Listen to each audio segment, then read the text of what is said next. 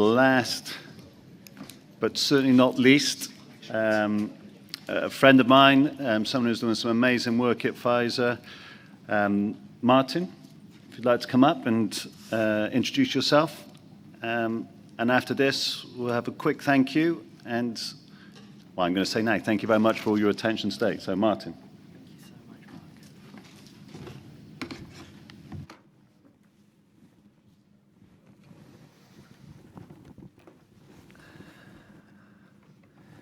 Thank you, Mark, for that warm introduction. Everyone needs a Mark in their lives at times like this. Hi, everyone.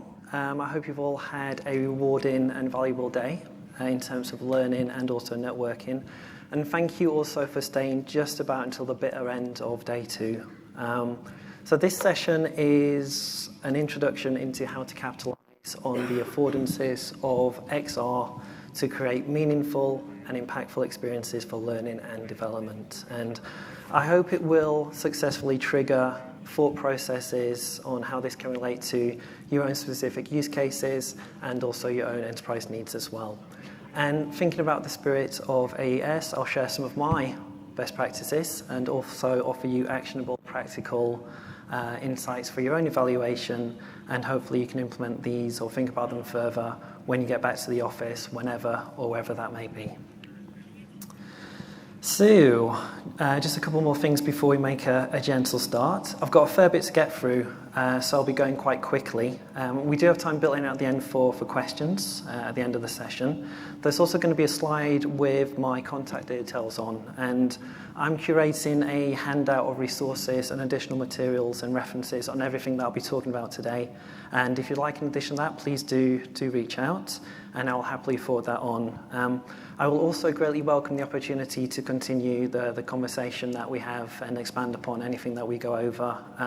So please do get in touch to chat further about this, especially with the fact that it is set up as an introduction and also the fact that it's a relatively short period of time that we have together this afternoon.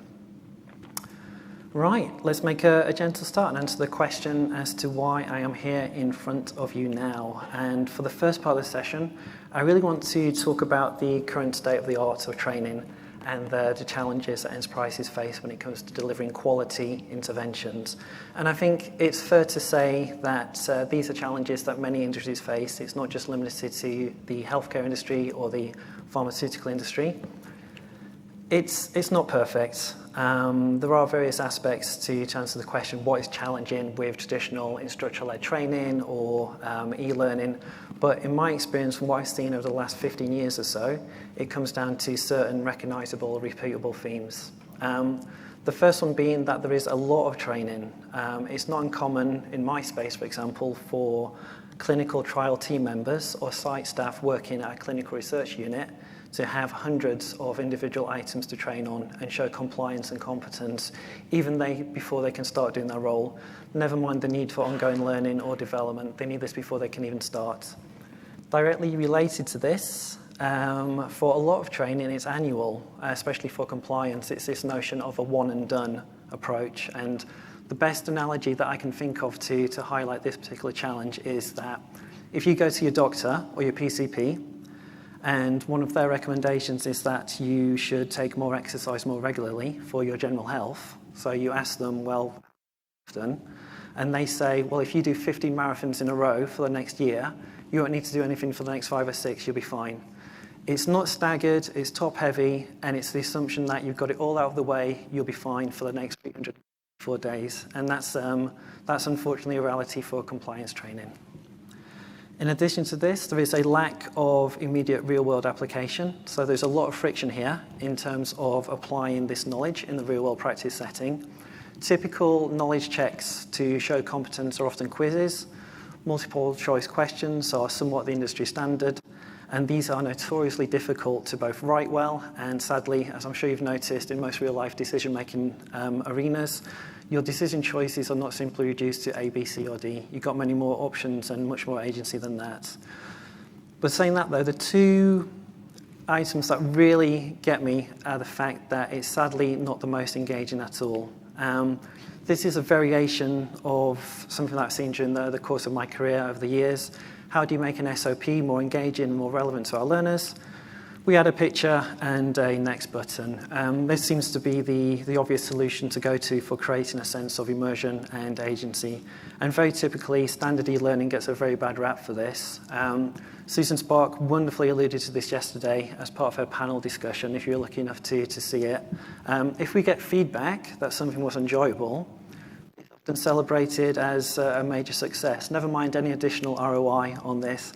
And it's sadly true. I know more than anecdotally that hearts do drop when training is assigned, as it removes our learners, our workforce, from their ability to do their day job, and sadly it's not the most enthralling either. The other bugbear that I have is training that presents a lack of humanity, humility, professionalism, it's condescending. I'm running out of negative adjectives right now. When I was prepping this, I was thinking about all of the variants of this that I've seen over the course of the year, or over the course of the decade, to varying degrees. When I see training like this, where it's setting up the training scenario, I'm looking for an option to respond to Jane, very similar to this. For me, Jane should be placed on a personal performance improvement plan, asking you, the protagonist, as a learner, to do their job for them. For me, it's misconduct, and clearly I'm doing the work of two people in this situation, so I need an option to talk to my boss for a pay rise. All of these are somewhat of a caricature, tongue-in-cheek review of the state of the art, but I'm certain that some of these are recognisable to many of you. So, where am I going with all of this? Well, XR, and particularly 3D immersive spatial digital environments, they provide a great arena for creating quality education and training that address a lot of the shortcomings of the current state of the art. And for the next part of the session, I just want to go over some of those key affordances as to why that is the fact. I will be making reference to a pilot that we are just about to start for training at a clinical research unit. I can talk through the design decisions and the framework that helped inform the design. I was really hoping to be able to share a little bit of data with you on some of this, but that's going to have to wait until next year. Like I say, it's a Q4 launch, and that's going to be in the middle of November. And just to level set, CRU is a place designed to provide comprehensive clinical care and monitoring of clinical trial volunteers during their stay. And the staff who work there are practicing healthcare professionals, and it's a unique skill set in terms of procedural skills and also people skills as well. So this is the crux of the presentation, really. This is what I've been working on, thinking through this framework of a design to help focus on the key affordances to address those shortcomings that I highlighted. And I'll go over each of these aspects in more detail now. Starting with the bottom right, the educational design. So we are lucky. We are really lucky, in fact. We have a lot of established theories, methodologies, and approaches that work exceptionally well in a 3D spatial environment. And I'll briefly go over those now and why they're a good fit. And again, if you send me a message, I'll happily send out the references and additional material to support this to anyone who really wants it. Top of the list, we have situated learning. So this is performing the training in the same arena or environment as you would in the real world. This helps with both recall and also application. One piece of anecdotal evidence and advice and data that I can share from a focus group that we did for the 3D virtual space of the CRU training is that from talking to the focus group participants, there was a greater sense of belonging, a greater sense of psychological safety, a greater sense of lowering of anxiety just by being able to look through a digital virtual version of where they would be working and where they would be performing their tasks. Even just something as mundane or inconsequential as knowing where the parking lot was, where the bathrooms were, what reception would look like. It seemed to lower the cognitive load that they were anticipating before they started. So they came to the facility with a lower sense of cognitive load. They were able to perform the tasks. They were thinking things through in a much more malleable and open way for the training that they're about to receive on site. The second one, this idea of communities of practice. So watching a peer perform the job role in the same space and allowing pauses as the training continues to discuss the performance as a cohort fits exceptionally well with XR. Zone of proximal development, slightly related to this idea of adaptive learning. So this is where you are performing a task just above the level of where you are confident and capable. And again, with XR, there's so many digital aspects that can provide the scaffolding for helping to operate at that higher level in a situational space as well. Theory of flow. So this is where you are lost in the task. It's neither too difficult nor too easy. This is where you lose track of time and you enter that Zen-like state. There's a great deal of evidence in the literature to suggest that virtual spaces promote this flow state very readily. And it's also said in the literature as well that this theory of flow, when you're in this state, that you're more susceptible to deep learning and assimilation of any materials. The next one we have is this idea of environmental storytelling. So this is an approach borrowed from the gaming industry, and it's the art of arranging a careful selection of objects available in the virtual world so that they suggest or tell a story to the learner who sees them. Much, much more immersive. Rather than a text-heavy expose of a situation, you can see literally what is happening and the narrative and the story as it unfolds within the environment. And then last but definitely not least, we have this idea of re-engagement strategies, such as interleaving of materials, the act as reinforcement, and regular re-engagement of materials. Again, a theme that's come up time and time again over the last couple of days, which is great. It's this idea of the bite-sized, as and when needed, just in time, point of need learning, this whole notion of snacking and consistency rather than that feast and famine approach that I highlighted earlier. All of these approaches are pre-digital, or pre-digital as we know it now, but the literature does support that they're exceptionally relevant for XR educational design too. There are three components of the space for the learner experience. And apologies, I'm somewhat preaching to the choir here, so please allow me for a little bit of navel-gazing self-indulgence. Why the medium is so good for learning experiences? Well, it comes down to three things that XR does exceptionally well inherently. It's this sense of immersion, so having the learner situated in the actual environment and performing and doing the same things and tasks that they would do in the real world. It's this sense of presence, that the subjective part of the experience is a human reaction to that immersion. So the stronger experience the presence, the stronger the user feels the sense of being there, sharing the same time and space as the narrative and the actual event. So removing, again, those additional layers and barriers to the content and the training, and you're actually in there and you're living it and you're performing it. The last one, agency, having a choice with consequence. What I am doing is making a difference. So it's deliberate, it has meaning, it has influence, and it's consequential. So I think for a large way, this goes to ameliorate the issue with the ABCD questions and gives the learner much more of a sense of autonomy and free will within the space. All of these are key aspects to make learning stick, and it utilizes and it's appealing to what makes us humans. You know, we are cognizant, experiential, empathetic, curious creatures who love to learn by doing and through being an active participant in our own learning as well. One design consideration that I feel works exceptionally well in XR is that of narrative design and storytelling. And I think you can successfully argue that some of the best education is storytelling. So telling a story that is the perfect vehicle for ways to persuade, convince, explain, reassure, teach.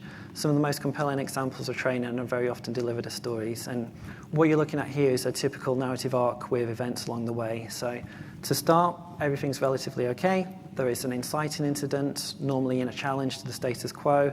This results in a rising action as our protagonist responds to this new version of reality. There's a climactic response, and then there is a resetting of the new state, and then there is the new normal after that as well. This reflects the vast majority of Western literature and the narrative structure that it uses. Star Wars, Lord of the Rings, Spider-Man, the last joke he told, I mean, even Barbie, to a certain degree, has a narrative built around this structure.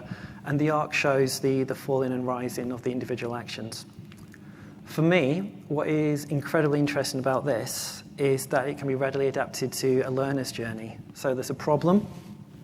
This is the inciting incident, so this could be a new way of doing something.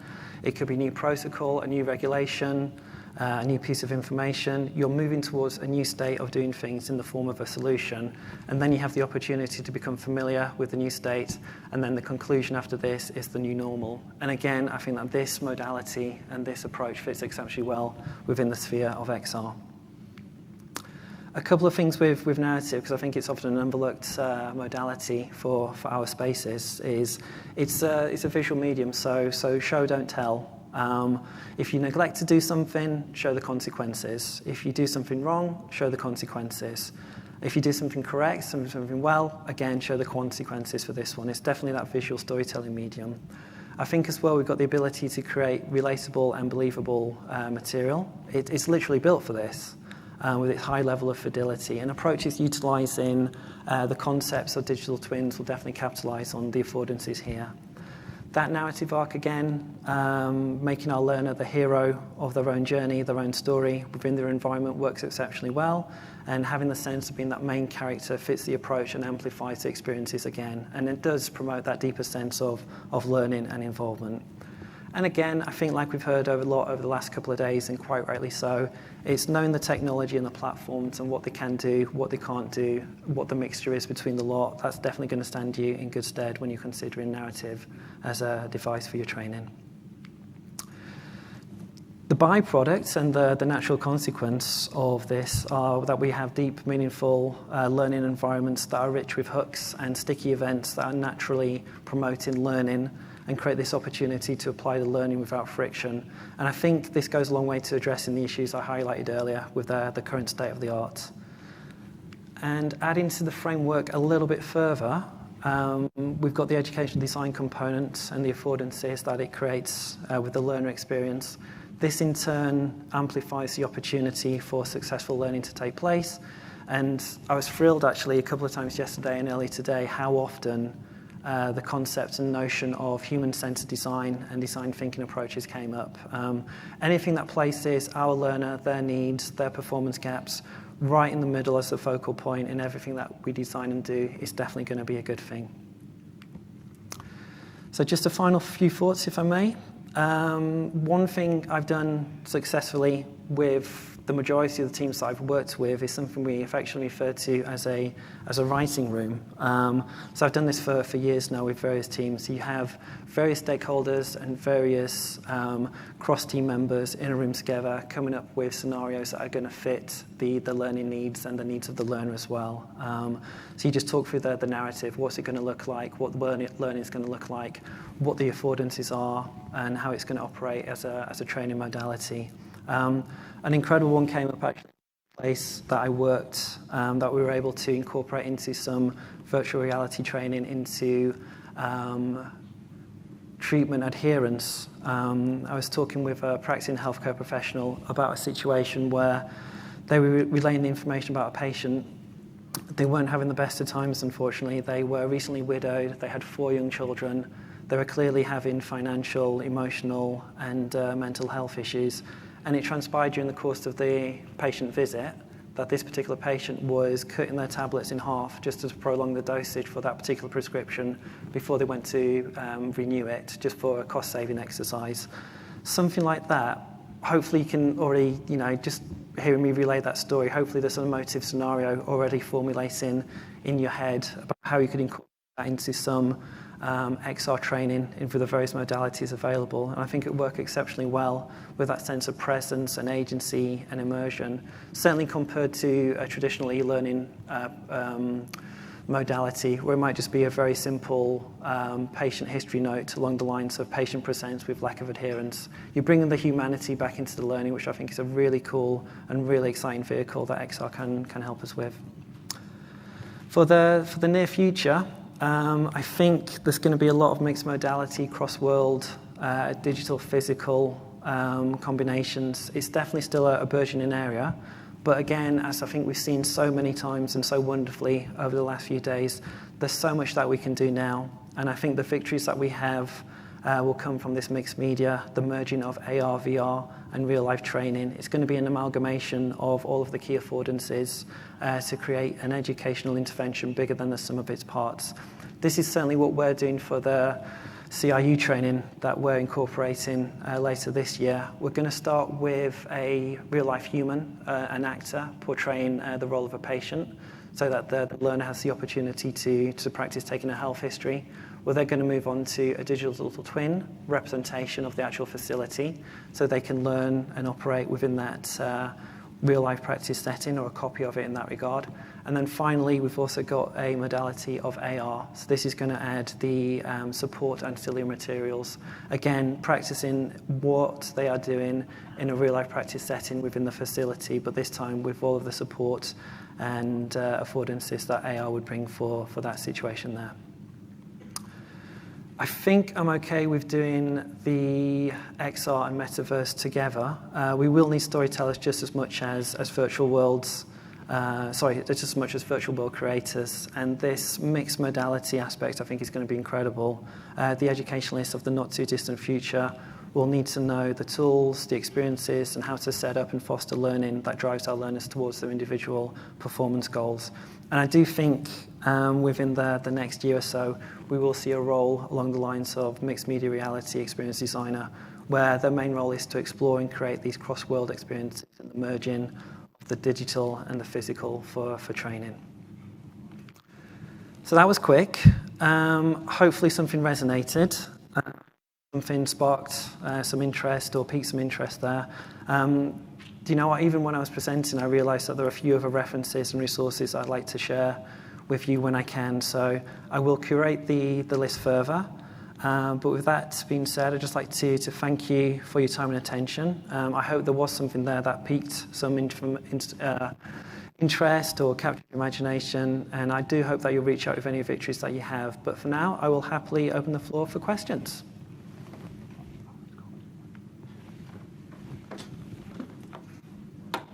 Any questions? Yep.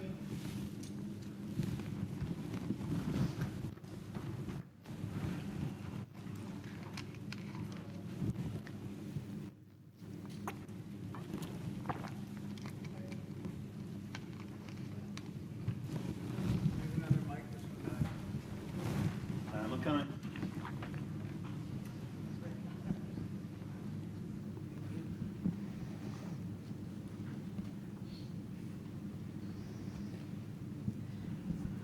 Thank you for that talk. This is Niranjan from Johnson & Johnson.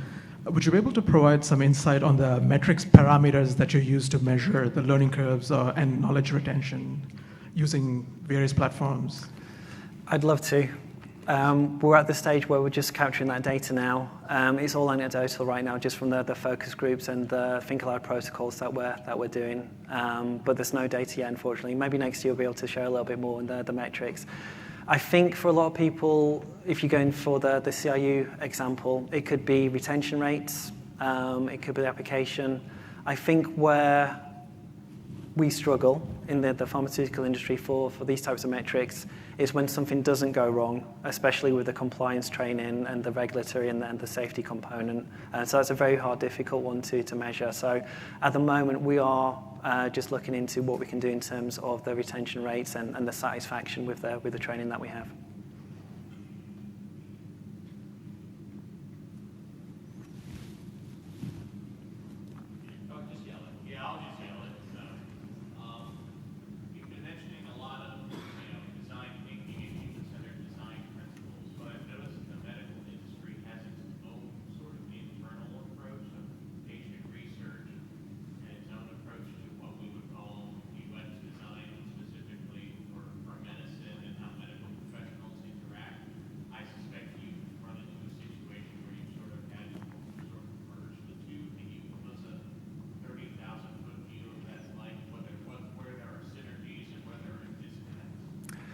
Great question. Thank you so much for that. I can't really speak to that in my current role at Pfizer, but certainly at my previous employee, it was very much a case of butting heads sometimes in terms of the disparate needs between the two groups. I think for any design decision that you're going to make or undertake, whether it's design thinking, that human-centered design approach is, having the patient's voice in the room as an advocate would be an exceptionally helpful endeavor. And in fact, that was something that we did a lot of at my previous company where I worked at, for not just necessarily for patient education, but for continuing healthcare education. It also always included a real-life patient who was suffering from that disease state, so you could really get firsthand the challenges that they were incorporating into their day-to-day life. And again, that was such an eye-opener, and it really changed the way that people went about designing and developing their materials.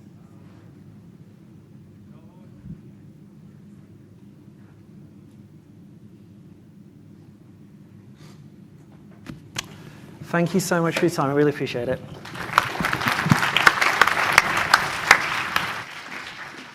Okay, congratulations.